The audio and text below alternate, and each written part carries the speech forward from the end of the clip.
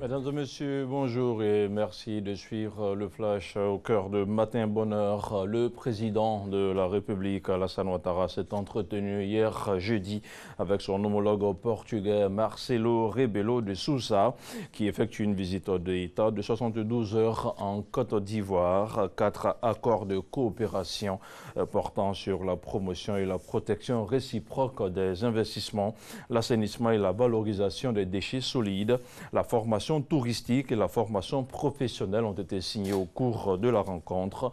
Le chef de l'État a salué la visite d'État de son homologue portugais et a réitéré sa détermination à œuvrer à la diversification et au renforcement de la coopération entre la Côte d'Ivoire et le Portugal dans plusieurs domaines. Marcelo Rebelo de Sousa s'est également rendu à l'hôpital mère-enfant de Bingerville, une visite ponctuée d'un accord de coopération entre l'hôpital mère-enfant et l'hôpital culturel de Lisbonne au Portugal. Un accord portant également sur un don de médicaments d'un montant de 70 millions de francs CFA offert par un laboratoire portugais a également été signé. Je vous propose d'écouter un extrait de la déclaration de la Première Dame et du président portugais. Excellences, Monsieur le Président, à travers votre visite de ce jour, vous témoignez de ce que nous partageons cet idéal, à savoir la santé et le bien-être des populations, particulièrement les femmes et les enfants. À cet effet, je souhaiterais vous remercier de la signature de ces 2 conventions signées avec votre pays et exprimer ma gratitude à Monsieur Antonio Portela, président du groupe Bial, ainsi qu'à M. Vitor Paulo da Costa Sereno, ambassadeur du Portugal en Côte d'Ivoire, représentant le directeur général de l'hôpital de Lisbonne. Je me réjouis que la coopération qui naîtra de la signature de ces accords permettra sans nul doute d'aider à endiguer la mortalité du couple mère-enfant en Côte d'Ivoire, comme vous l'avez si bien réussi dans votre pays.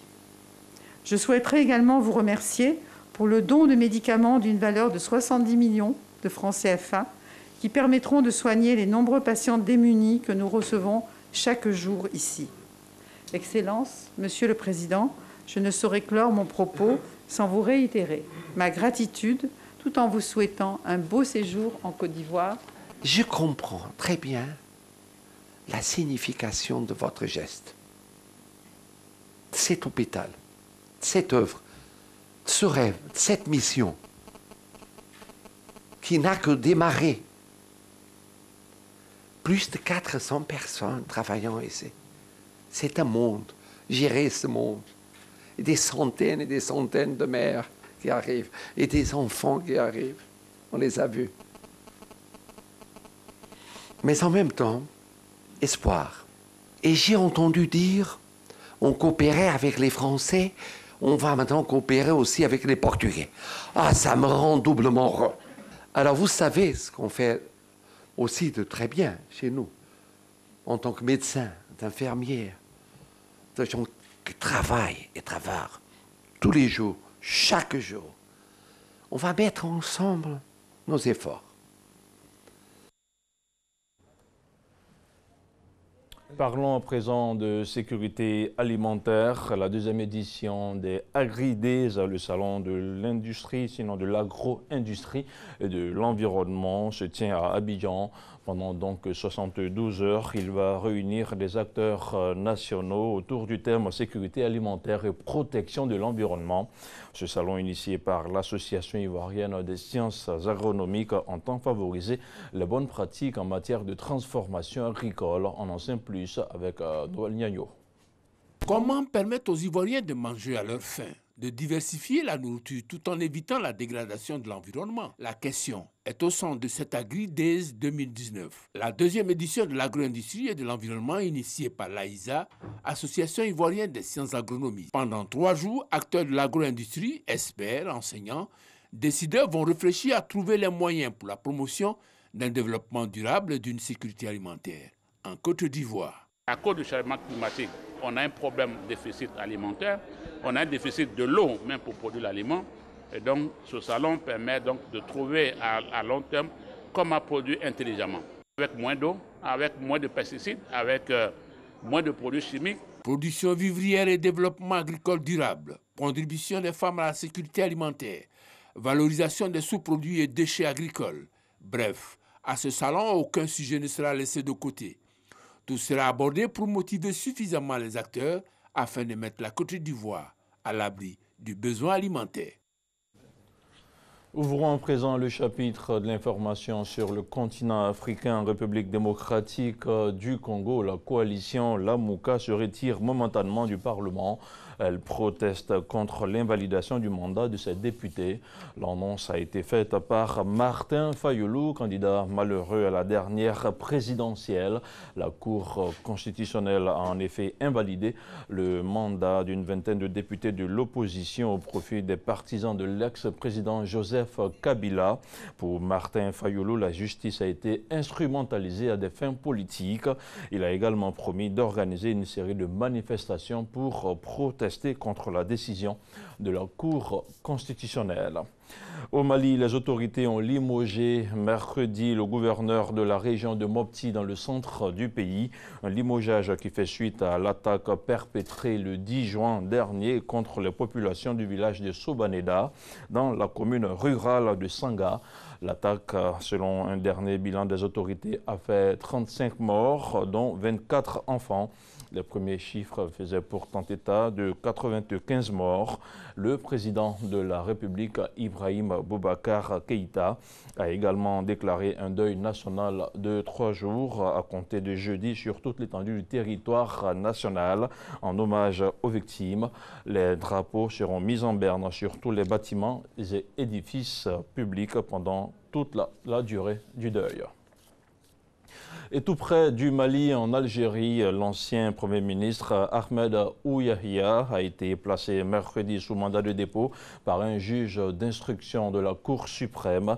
Ahmed Ouyahia a été longuement auditionné par le juge en charge de l'enquête sur l'homme d'affaires Maïeddine Takout avant d'être mis en examen pour plusieurs chefs d'inculpation.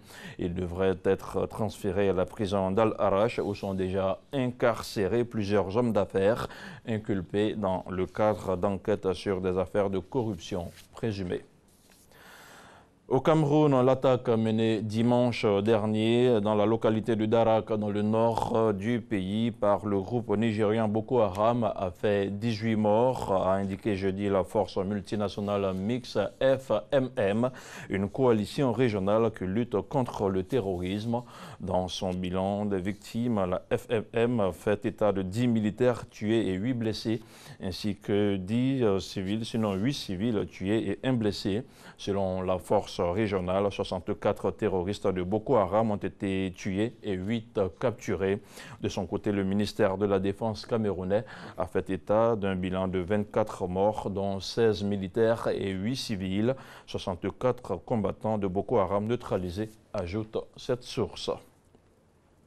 Et hors du continent africain, en France, à Lorient, plus précisément, 1 millier de personnes participaient hier jeudi à la marche blanche en hommage aux 2 enfants renversés par un chauffard. La passagère du véhicule s'est rendue à la police dans la nuit de mercredi à jeudi. Le conducteur, lui, est toujours recherché. Je rappelle qu'un garçon de 10 ans a été tué dimanche lors de l'accident et son cousin de 7 ans, grièvement blessé par le chauffard, en fuite. Je vous propose d'écouter quelques réactions. Je pense que tout le monde connaît le fait que Zidane était mon idole étant petit et le fait qu'il soit entraîneur du Real. Voilà, bien sûr, ça. Les services de police du commissariat de police de Lorient ainsi que de la direction interrégionale de la police judiciaire de Rennes ont été co-saisis dans le cadre de ces investigations pour donc faire les actes d'investigation dans cette enquête qui a été ouverte en flagrant délit, des chefs de refus d'obtempérer, délit de fuite, conduite sans assurance, conduite sans permis de conduire, mais surtout homicides et blessures involontaires aggravés par les circonstances de la violation manifestement délibérée d'une obligation particulière de sécurité et de prudence, ainsi que du délit de fuite. Et ces faits-là font encourir à son auteur une peine de 10 ans d'emprisonnement. On termine avec du sport, du football. Le capitaine des Diables Rouges a été présenté aux supporters du Real Madrid hier jeudi au stade Santiago Bernabéu après avoir passé sa visite médicale. Moins d'une semaine après l'officialisation de son transfert au Real Madrid, Eden Hazard, avec 40 à 50 000 fans présents, a égalé l'affluence de la dernière grande recrue du Real. Il s'agissait du Colombien James Rodriguez en 2014 qui avait attiré quelques 45 000 curieux. Mais il reste loin derrière Cristiano Ronaldo, accueilli en 2009 avec 75 000 supporters. Pour l'ancien joueur de Chelsea, l'objectif est clair. Il veut gagner des titres avec sa nouvelle formation. On l'écoute. Je pense que tout le monde connaît le fait que Zidane était mon idole étant petit. Et le fait qu'il soit entraîneur du Real, voilà, bien sûr, ça a joué, mais il n'y a pas que ça non plus. C'est quelqu'un d'important pour le club. Mais mon rêve, c'était de jouer pour ce club. Donc voilà, après, la position, c'est pas moi qui décide, c'est le coach. Mais j'ai toujours aimé jouer sur le côté gauche ou voir en numéro 10. Donc c'est les deux positions sur lesquelles je peux jouer. Après, si je dois jouer quelque part à une autre position, je le ferai avec plaisir. Et voilà, c'est ici que l'on s'arrête pour ce flash. Merci à vous tous qui l'avez suivi. L'information continue sur le www.rti.ci.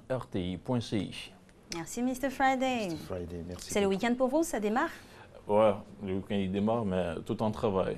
Bonne fête, papa. Et pour le dimanche, vous avez des prémices